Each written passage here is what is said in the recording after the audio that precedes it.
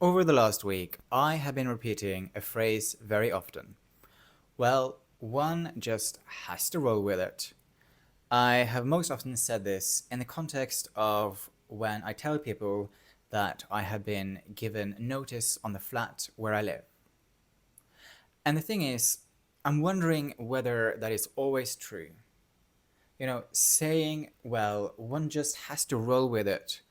I'm wondering whether it is a way of me sanitizing my feeling without truly appreciating and sitting with the feeling that's sitting beneath the surface.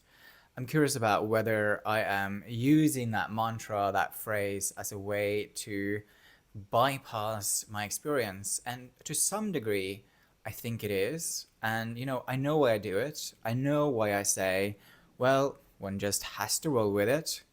I do it because it is a helpful story to keep myself from becoming overwhelmed with whatever it is that's happening around me. And that, to some degree, is helpful. I suppose the danger is that the true feeling beneath it still sort of sits beneath the surface, simmering unaddressed, creating problems that I am unaware of. And if I'm honest, like the feeling that's sitting beneath the surface, it's disappointment.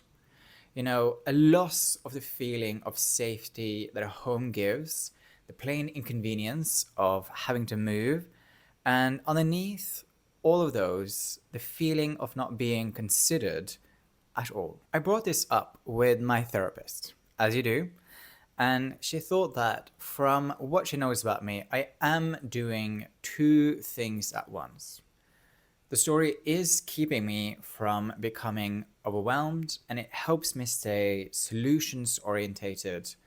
Whilst, the mere fact that I'm considering the feelings that sits beneath the surface, I'm actually not disregarding it, even though there's a sort of small whisper in my mind that I might be. The question is like, even so, how does one keep the balance? How do I keep myself from tipping one way or another?